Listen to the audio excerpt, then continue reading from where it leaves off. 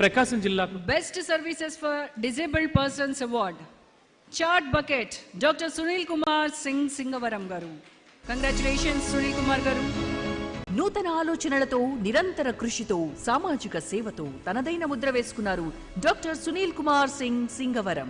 మైదుకూరులో పుట్టి ప్రపంచాన్ని చుట్టి ఇన్నోవేషన్ తో కొత్త భవిష్యత్తు సృష్టిస్తున్నారు. వైఎస్ఆర్ కడప జిల్లా మైదుకూరు వాసి.